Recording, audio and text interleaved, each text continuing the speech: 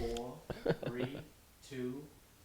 What's up, y'all? It's your girl, Summertime Fine. It's your boy, Chicago Realist. And we back with the record pool. So today, we got a couple topics we need to talk about, of course. So let's start this off. Yeah, so let's get right into it. All right, so we all know about the YSL case. You know, a lot of people were taking plea deals. They were saying Gunna was snitching. So in the midst of all of that, Bandman revealed that he paid Gunna $250,000 for a verse. You know what I'm saying? Before the snitching stuff. And now that happened, he basically saying, like, it ain't worth that no more. I can't really use your verse, so I want my money back. Or I'm suing. What you think? Business is business. You think he get his money back? But did he do the verse though? We don't know. I think he probably did though. I mean, if it's already done and complete, I don't feel like you should get your money back. So you don't think he gonna win? You don't think he can do that? I mean, it all depends. Now I'm saying, like, what's done? Because if it's done and completed, you know what I mean, and I didn't already put my time in the studio and then went and did the verse, no, you ain't getting your money back. You don't want to use the verse after that, that's on you. But I completed a task that you asked me to do, and you know it is what it is. I see why he would want his money back. I agree with him, but I don't think he's gonna get it back. Like, not in court. I mean, because unless it was a clause in the contract or something saying, you know, if you snitch. Right, that's what I'm saying. You know, it's kind of like the reverse thing too. With Lil Durk and Spot 'em Got 'em. Spot 'em Got 'em paid Durk like $100,000. Durk sent it back with the snitching allegations, came back and didn't do the verse. So it's kind of like the same, you know. So, but Durk ain't do the verse, did he? Yeah, he just told me he can't put it out. I mean, he just ain't want him to use it. So I mean, but he gave his stuff back, whatever. So it's a different story. But I feel like I don't think Bandman will get it. I'm sorry, bro. I don't think he get that money back. I mean, but I do feel him though, right? Because we rap. Not we, but they rap. They present a certain image. Now, you know, Gunna's image, what he was portraying before, is kind of tarnished at this point.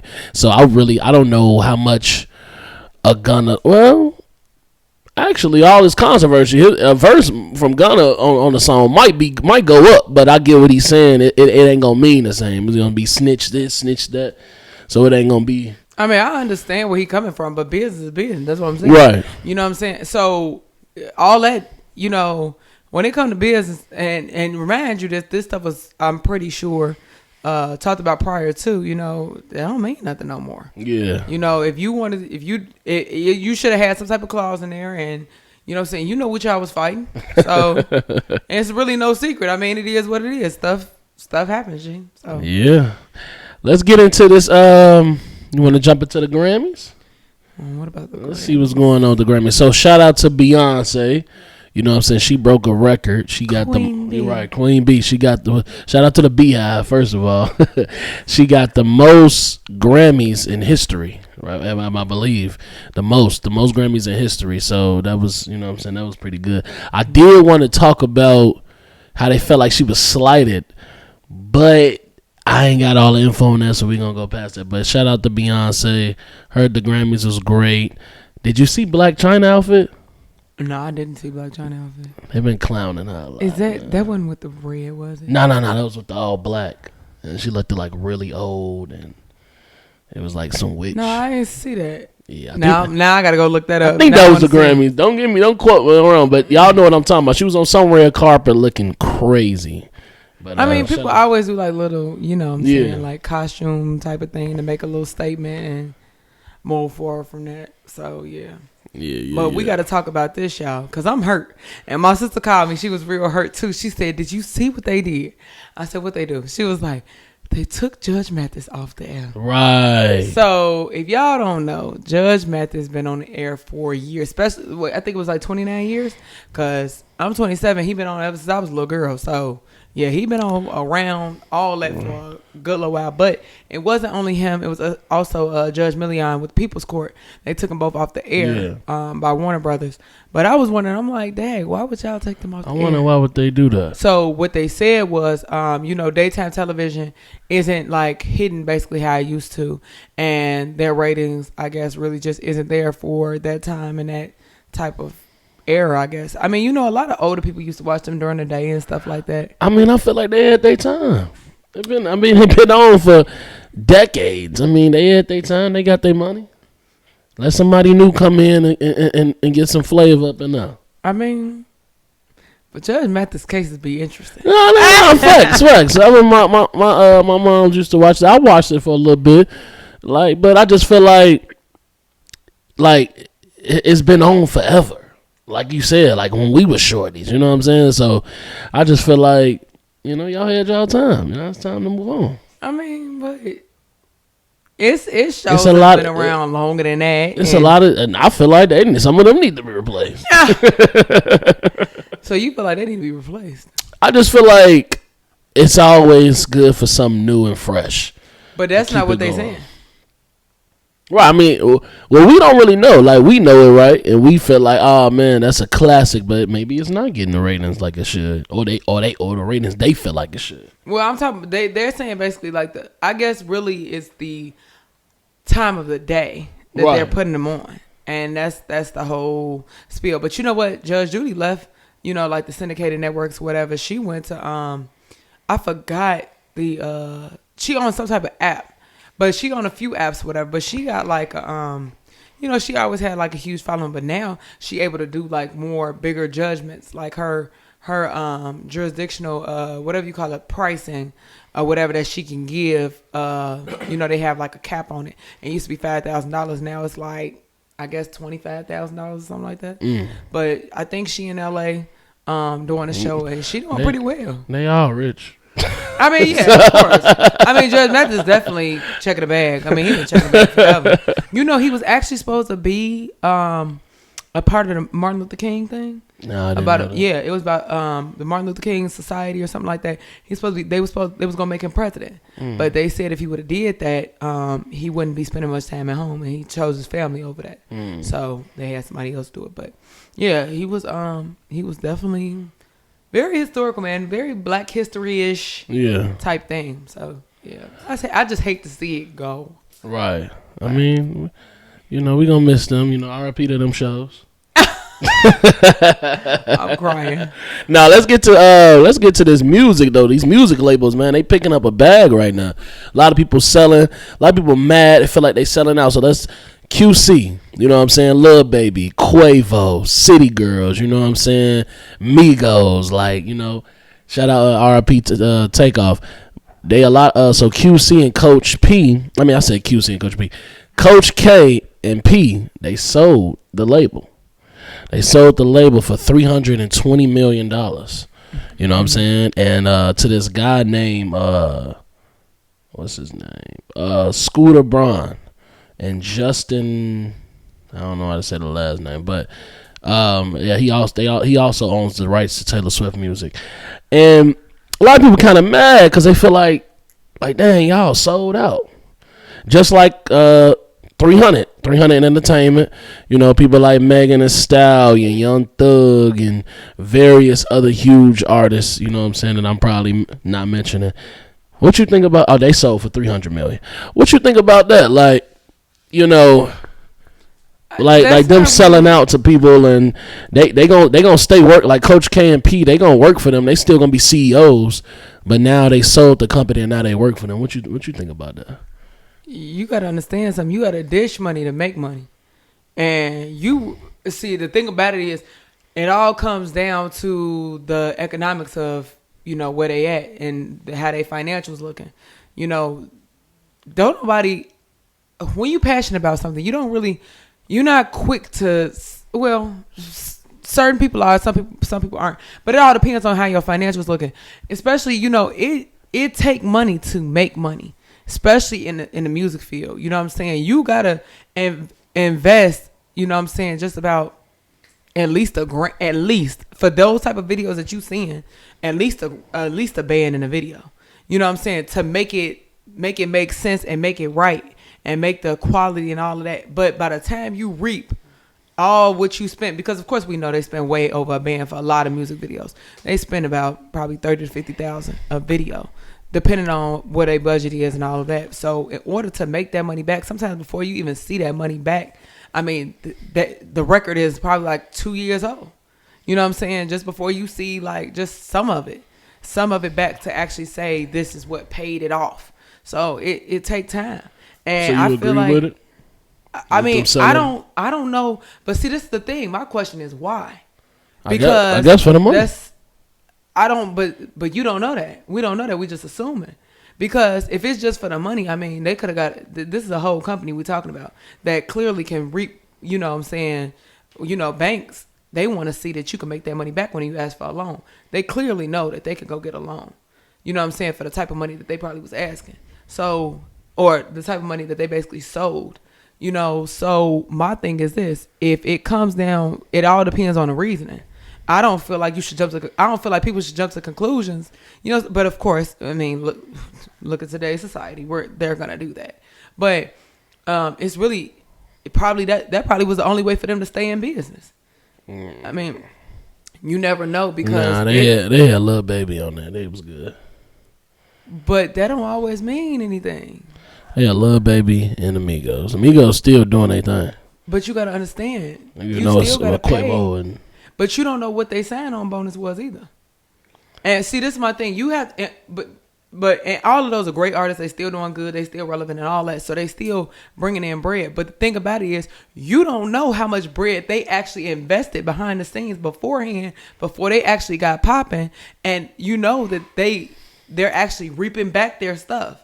So, you know what I'm saying? Sometimes it'd be a slow, honestly, they could have invested $3 million per artist. You know what I'm saying? That you, just those artists alone that you're talking about, $1 million to $3 million. And if they ain't make that back, because you still have to pay the people that did everything for. I'm saying, I feel like Lil Baby, even if every artist failed, I think Lil Baby made up for their money and his money. I think they recouped off all that with him. But you don't know the tax circumstances either. Taxes always play a role, and IRS. You got to remember all. See, this is the thing.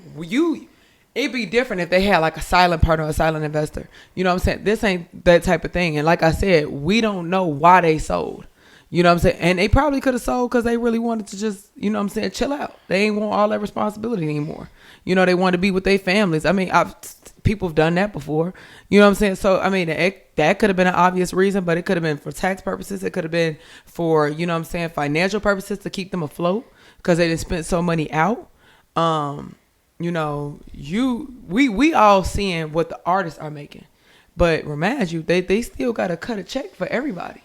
You know what I'm saying? So I'm not saying that they broke. I'm not saying none of that. I'm just saying we don't know the financial status or why they chose the route that they chose. But I mean, clearly, I guess in their opinion, it was a good business move.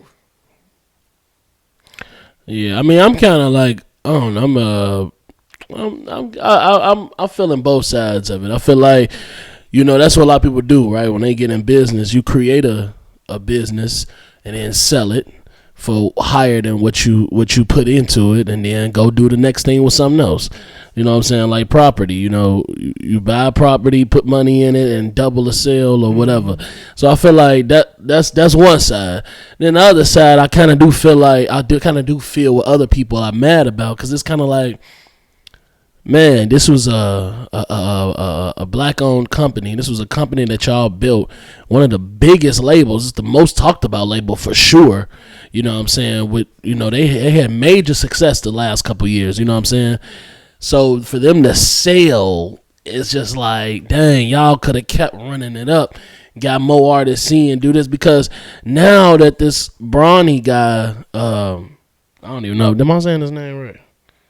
Now that this, Scooter Braun, I'm sorry. Scooter Braun took over.